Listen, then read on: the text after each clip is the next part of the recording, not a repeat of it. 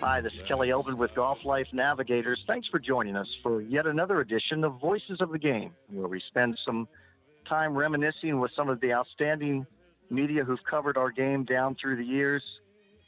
And it is an absolute honor to be joined today by the voice of CBS Sports, three-time Emmy Award winner, five-time National Sportscaster of the Year, Jim Nantz. Thanks for being with us. Kelly, it's great to catch up with you, and thank you so much for including me on the Golf Navigators. It's an honor to be a part of it. Thank you, Jim, so much.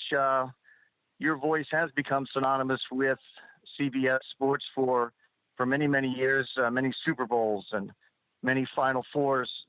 Jim, golf, though, has always held a special place in your heart, growing up with the game, having attended on a scholarship at the University of Houston. Could you talk just for a brief minute or two about the passion that you've had for the game and what led you to that time at Houston, where you roomed with a fellow named Blaine McAllister and another fellow by the name of Fred Couples? It's almost, to me, it's almost a storybook how all of this came together and fell in place for me, because as a young boy, I was hopelessly in love with golf. And watching the PGA Tour and following it in the pre-internet days, I mean, I could not get enough information. I could not get enough exposure to professional golf and the sport itself as a player, as a consumer. And yes, I ended up at the University of Houston. One little technicality: I was not on a scholarship, and anybody who'd see my game today would definitely verify that. But I was on the team, and I did letter for 1 year.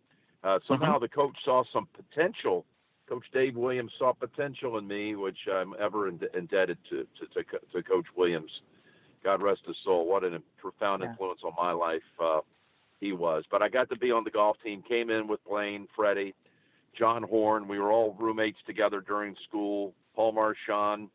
And it was a glorious time in my life because I was around a band of believers, people who are highly motivated to do things, to reach their goals. They wanted to be professional golfers. Freddie, for example, his goal was to win the Masters.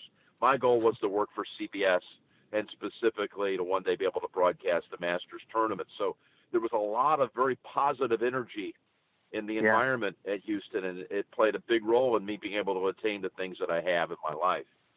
Well, Jim, that really came through in that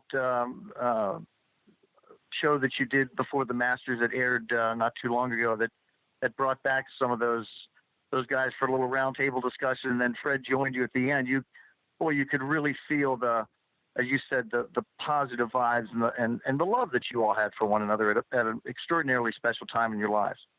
We had this special you referred to that aired on the Sunday of the Masters on CBS, and it's one of my favorite pieces that I've ever been a part of. It was an hour special on Freddie winning the Masters and the journey to get there. And yes, we reunited all the crew, and it was just very special, and we all were pretty downright emotional about it. And it was just a great group of friends that are lifelong friends. And it's a different time today, Kelly, in society. There's just so much negativity, and there's just so much doubt and sarcasm and in our day in school, we weren't a party to that. Would be foreign to us to be ridiculing or making fun of or making light of anything or anybody. Again, we were just highly focused kids who came there with enough of a background that Coach Williams wanted us to be a part of his historic golf program. So we were coming there with some sort of skill level of whatever it might be, but then to be surrounded by other people who, again, we're not going to be brought down by any negative thoughts or sarcasm or whatever it might be. It was just all positive vibes. And we've all basically been able to do what we wanted to with our lives and our professional careers. So I love being a part of that group. They certainly have big fingerprints on my life, my friends. Oh, no question. Did you see, you mentioned, Jim, that Fred's goal was to win the Masters. Did you see that truly being a possibility based on the outstanding golf you saw from him on the collegiate level?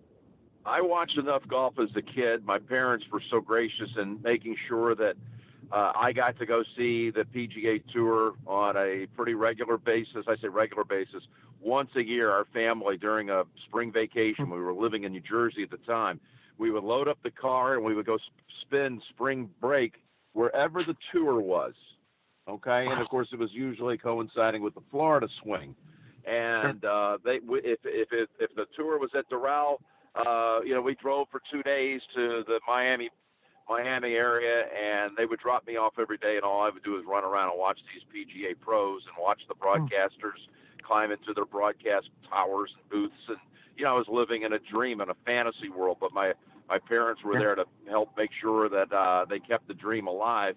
So I had been around a lot of golf, seen a lot of golf at a very close range, had played competitive golf at a semi-high level in high school and junior golf.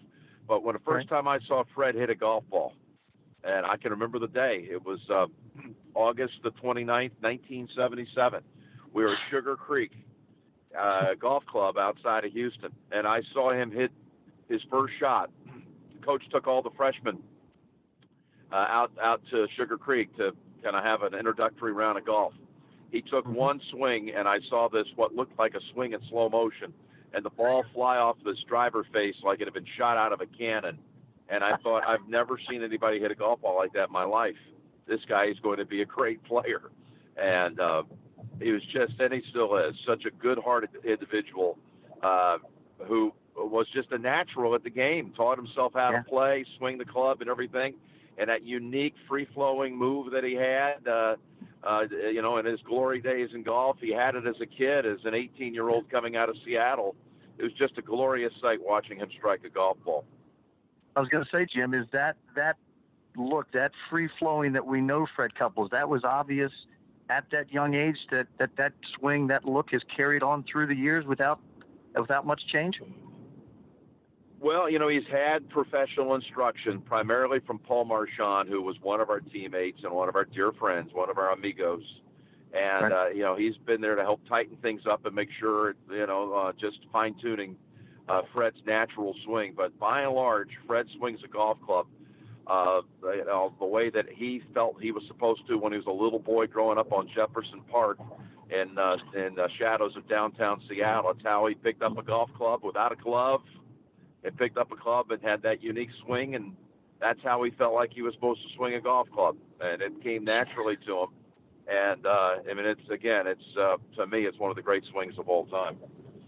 Jim, as an aside, you referenced that you played 1 year at Houston. Can you talk just a little bit about that 1 year competitively at the collegiate level and the memories you have from that? The coach knew that the goal for me was I was just absolutely obsessed with working on one day for CBS and working on the Masters and things like that. I had a big-time drive, and I ended up living with the golf team throughout my 4 years. So even though I went to the coach after my sophomore year and said, I think I've got some opportunities here in the Houston market. I think I need to give up practicing and playing every day. I'm never going to be able to beat these guys, but I've got a chance in the broadcasting world. I've set myself up now on an early path. I was anchoring the sports on the CBS affiliate in the Houston market on a fill-in basis, albeit, but I was on the air when I was a junior in college in the fourth largest city in the country. So, I had breaks coming to me early.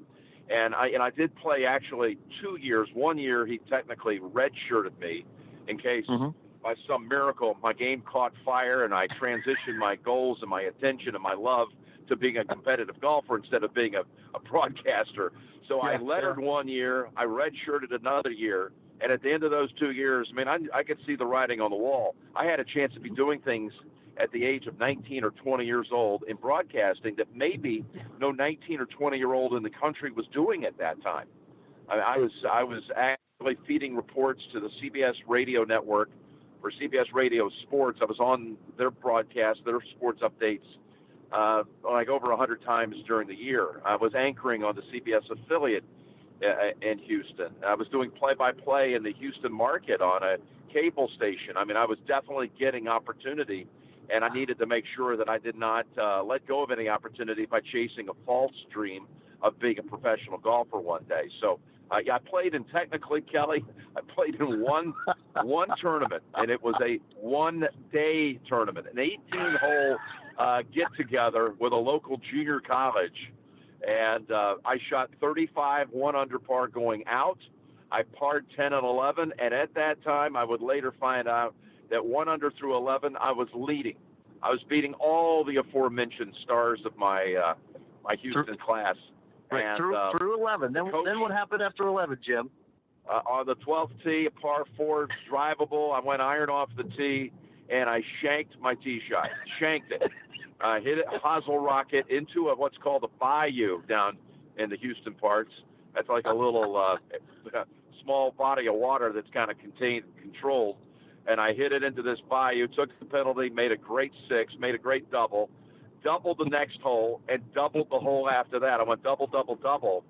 And then I got the train back on the tracks and parred 15 through 18 for a round of 77.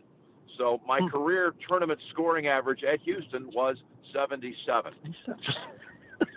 That's a great story. By the way, for the record in competition, as a Houston golfer in a one-year letterman, I never made a bogey. I never made a competitive bogey. I made 1 birdie, 14 pars, and 3 doubles.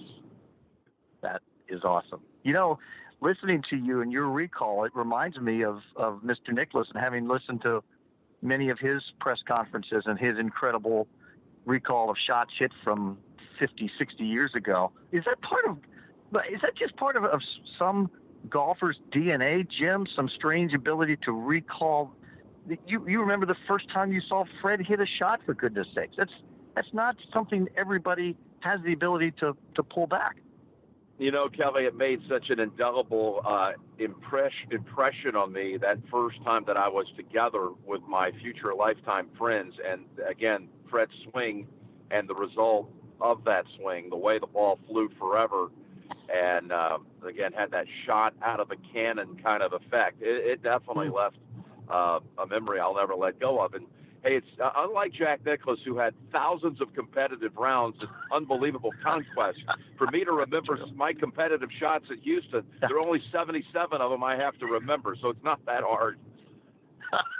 And you earned every one of those 77, didn't you? I did. You know, if I could have just held it together for another 7 holes, I may have, who knows, I may have been misled to think I could really play, and I may have foregone some later opportunity by thinking, hey, you know, maybe I can make this golf thing work. But, you know, I wouldn't trade it for anything. I've every day for having the chance to live the childhood dream. And my ties to the game of golf run so deep. I don't have to be out playing in, you know, even in club events or amateur events.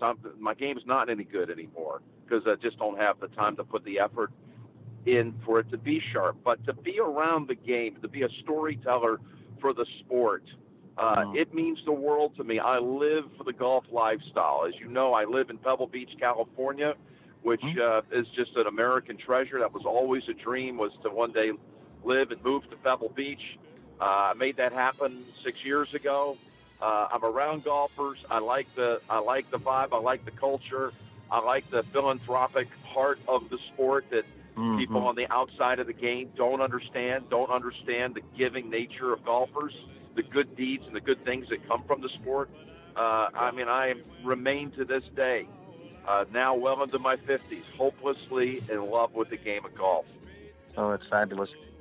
This is Kelly Elvin with Golf Life Navigators. Thanks again for joining us for a very special edition of Voices of the Game with Jim Nantz. We'll see you at the club.